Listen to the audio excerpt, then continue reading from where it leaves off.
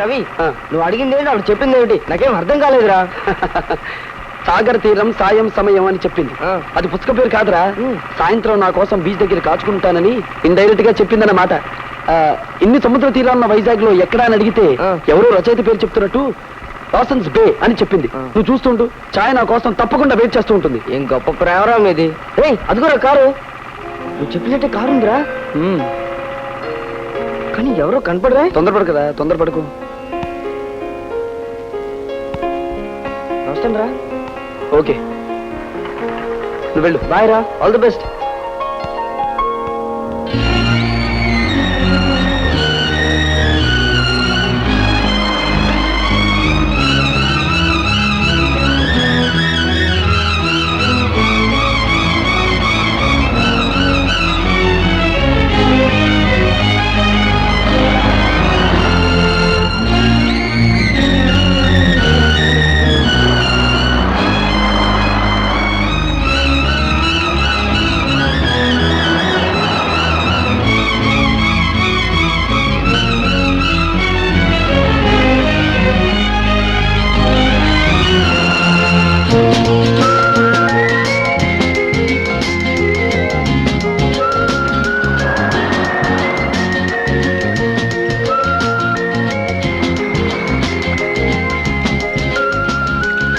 ఎంతసేపు ఇలా కెరటాలతో పరాచికాలాడతావు? ఎన్నిసార్లు ఈ కెరటాల నుంచి తప్పించుకున్నా ఎప్పుడో ఒకసారి చిక్కుకోక తప్పదు. ఇప్పుడు నువ్వు చిక్కున్నావు, చూసావా? ఒక్కరే చిక్కుకుంటే భయం, ఇద్దరు చిక్కుకుంటే నయం.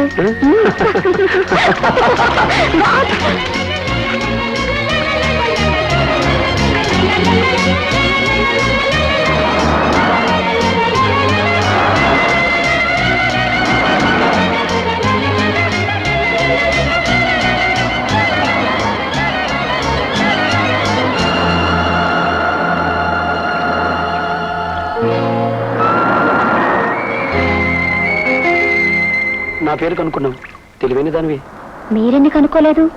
మీకన్నా తెలివైందన్నా? మనసుంటే మార్గం ఉందని ఊరికేనారా మరి? ఓహో, మీకెంత మనసుందో ఇప్పుడు తేల్చుకుందాం. మీరు నాతో ఫోన్లో మాట్లాడగలరా? ఓ తప్పకుండా. నంబర్ చెప్పు, రాత్రి పగలు దంచేస్తాను. సరే, మీరు వాల్తేర్ ఆర్ఎంఎస్ ఆఫీస్ దగ్గర బయలుదేరి యూనివర్సిటీ పోస్ట్ ఆఫీస్కి వచ్చి మహారాణిపేట టెలిగ్రాఫ్ ఆఫీస్ మీదుగా కొత్త రోడ్ టెలిఫోన్ ఎక్స్చేంజ్ చేరుకోండి. నా ఫోన్ నెంబర్ మీకు దొరుకుతుంది. అంటే ఎక్స్చేంజ్ కనుక్కోవాలా? Nothing doing. నేను చెప్పిన రూట్లోనే టెలిఫోన్ నెంబర్ ఉంది. మీరు డైరెక్టరీ చూసి ఎంక్వైరీకి ఫోన్ చేసి లాభం లేదు. అది మా కాన్ఫిడెన్షియల్ నెంబర్. డైరెక్టరీలో ఎంట్రీ ఉండదు. ఏదేది మరోసారి చెప్పు. వాల్తేర్ ఆర్ఎంఎస్ ఆఫీస్ నుండి యూనివర్సిటీ పోస్ట్ ఆఫీస్కి వచ్చి మహారాణిపేట టెలిగ్రాఫ్ ఆఫీస్ మీదుగా కొత్త రోడ్ ఎక్స్చేంజ్. బస్ రూట్లా? కాదు. Door numbers? కాదు. మీకు రేపటిదాకా టైం ఇస్తున్నాను, కనుక్కొని టెలిఫోన్ చేయండి. బాయ్. అమరావతి అమరలింగేశ్వరుడు వెలిసిన ఈ పుణ్యస్థలం గుంటూరు జిల్లాలోని కృష్ణానది తీరమున గలదు. రవి, అమరావతి ఎక్కడుంది? దాని విశేషం ఏమిటి? సార్, ముందుగా వాల్టర్ ఆర్ఎంఎస్ ఆఫీస్ పోయి అక్కడ నుండి యూనివర్సిటీ పోస్ట్ ఆఫీస్ వచ్చి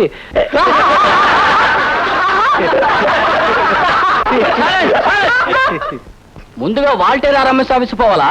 అవును సార్. పో.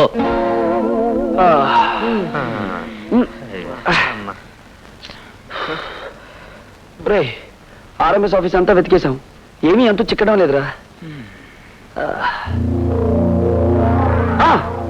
ఐడియా. మళ్ళీ ఐడియానా? చంపుకురా నాయన. అది కాదురా. ఒరే, నువ్వు ఆ పిన్ కోడ్ నంబర్ పట్టుకో. రావట్లేదు రే. పట్టుకోమంటే పిన్ కోడ్ నంబర్ నోట్ చేసుకోమని. నోట్ చేసుకోరా. అవును, ఎందుకురా? ఏమి లేదురా, 530004 అంటే 5300 కామన్. ఆర్ఎంఎస్ లో 4.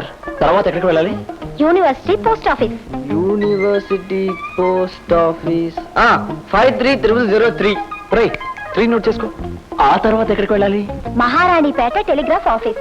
Maharanipeta telegraph office 53002. నెక్స్ట్ కొత్త రోడ్ టెలిఫోన్ ఎక్స్చేంజ్ 53001. ఇప్పుడు 1 నోట్ చేసుకుని నంబర్ వరుసగా చెప్పు.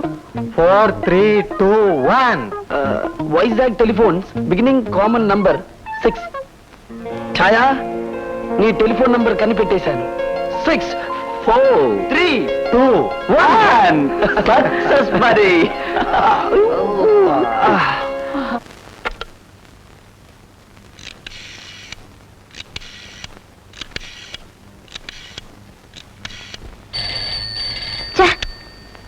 రాస్కెల్ స్నానం చేసేటప్పుడు డిస్టర్బ్ చేస్తున్నాడు. వీళ్ళకి అసలు పని పాట ఉండదు. హలో 64321. ఎస్, ఎవరది? ఇది నీకు న్యాయమేనా? నేనే ఆర్ఎంఎస్ ఆఫీస్ నుండి టెలిఫోన్ ఎక్స్చేంజ్ దాకా మజిలీ చేసుకొచ్చి నీ టెలిఫోన్ నంబర్ తెలుసుకున్నాను. ఓ Ravi. Thanks to Graham Bell. ఆయన ఎవరు? అదేమిటి, ఆయన ఎవరో కూడా తెలీదా నీకు? మనలాంటి ప్రేమికులందరూ అమ్మా నాన్నలకు తెలియకుండా ఇలా మాట్లాడుకోవడానికని ఆ కాలంలోనే ఈ యంత్రాన్ని కనిపెట్టిన మహానుభావుడు. Ravi, you are great. I love you.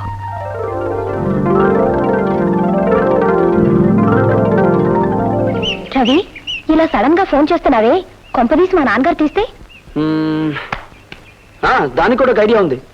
Phone 2 సార్లు రింగ్ అయిన తర్వాత డిస్కనెక్ట్ అయ్యి 3ఓసారి రింగ్ అయితే అది నా కాల్ అన్నమాట.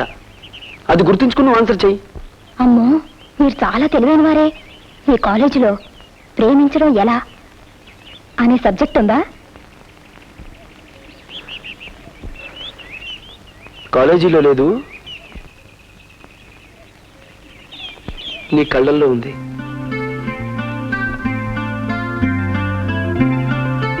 Thank you. ఆ రోజు బస్సులో నన్ను చూసినప్పుడు ఒక పాట పాడారు, అదే మళ్ళీ పాడండి నా కోసం.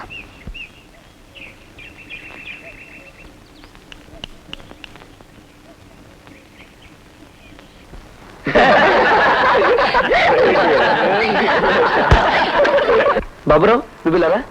డ్రైవర్ గారు మీరు రండి. అయ్యా మీరంతా వినండి, ఈరోజు బస్ డే. అంటే మన ప్రాంతంలో ఇదంతగా ప్రచారంలో లేదు. గాలిబాటుగా బస్ ఎక్కిపోయే వారికి ఈరోజు విశేషం అర్థం కాదు. కానీ ఫలానా సమయానికి ఫలానా రూట్లో వెళ్ళి మన చదువులు, ఆఫీస్ వ్యవహారాలు టెన్షన్గా జరుపుకోవడం అలవాటైన రెగ్యులర్ ప్యాసింజర్స్కి ఈ రోజు ఒక విశేషమైన రోజు. మనకు తెలియకుండానే మన దైనందిన జీవితాల్లో ఎంతగానో మనం ఆధారపడిన ఈ బస్ కండక్టర్కి, డ్రైవర్ గారికి మన కృతజ్ఞతలు తెలుపుకోవాల్సిన రోజు. చంద్రుడికో నూలిపోగులాగా మీ అందరి తరఫున వీరిద్దరికీ ఈ కానుకలు సమర్పించుకుంటున్నాను.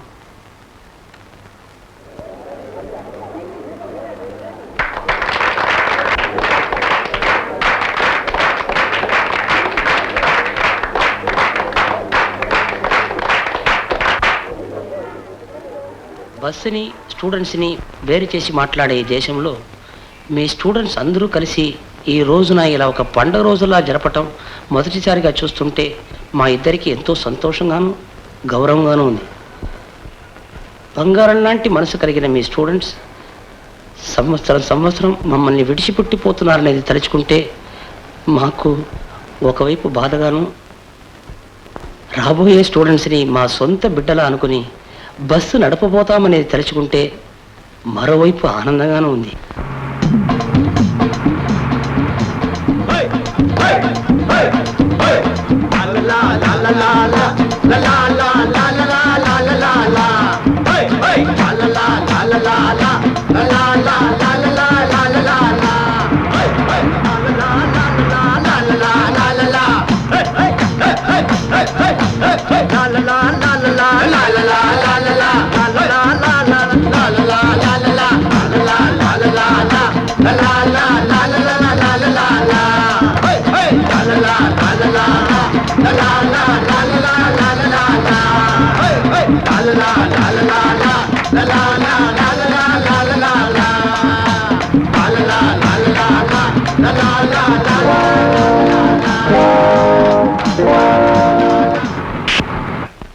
ఏమిటి నువ్వు చూసింది?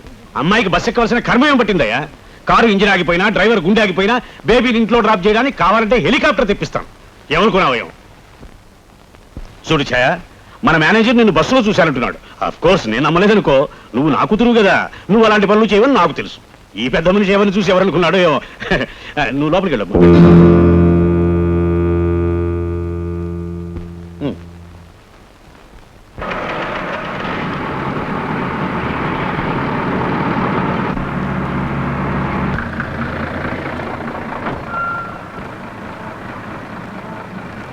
బాయ్ రవి. బాయ్.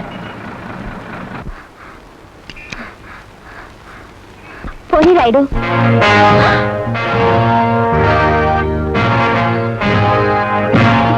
ఛాయ, మేనేజర్ ముందు మన ప్రెస్టేజ్ దెబ్బతినకూడదని నేను నిన్ను సపోర్ట్ చేశాను. ఇప్పుడు నువ్వు చేసిన పని ఏమిటి? మేనేజర్, సార్ ఆ డ్రైవర్ గారికి జీతం ఇచ్చి పనిలోంచి పంపించేసి. పాపా ఇది చాలా అన్యాయం. నేను చేసిన తప్పుకి రాయిని శిక్షిస్తారా? ఏం చేయనమ్మా, నిన్ను శిక్షించలేనే. అల్లారు ముద్దుగా పెంచాను, అయినా నువ్వు నా దగ్గరే అబద్ధం ఆడావు. పాపా నా ఫ్రెండ్స్ తో కలిసి సరదాగా బస్సులో వెళ్ళానే తప్ప మీ ప్రెస్టేజ్ తగ్గించడానికి ఏమాత్రం కాదు. ఈ రోజు నుంచి బస్సులో వెళ్ళడానికి వీల్లేదని చెప్పండి, నేను మానేస్తాను. కానీ రాయిని మాత్రం పనిలోంచి తీసేయకండి, లేకపోతే నేను భోజనం చేయడం మానేస్తాను. చచ్చా, దీనికోసం నువ్వు భోజనం మానేయటం ఏంటి? అలాగే రాయుడు ఉంటాడు. థ్యాంక్ యూ పాపా. కానీ వాడు నా కారుకు డ్రైవర్గా ఉంటాడు, నీ కారుకి వేరే డ్రైవర్ని పెడతాను.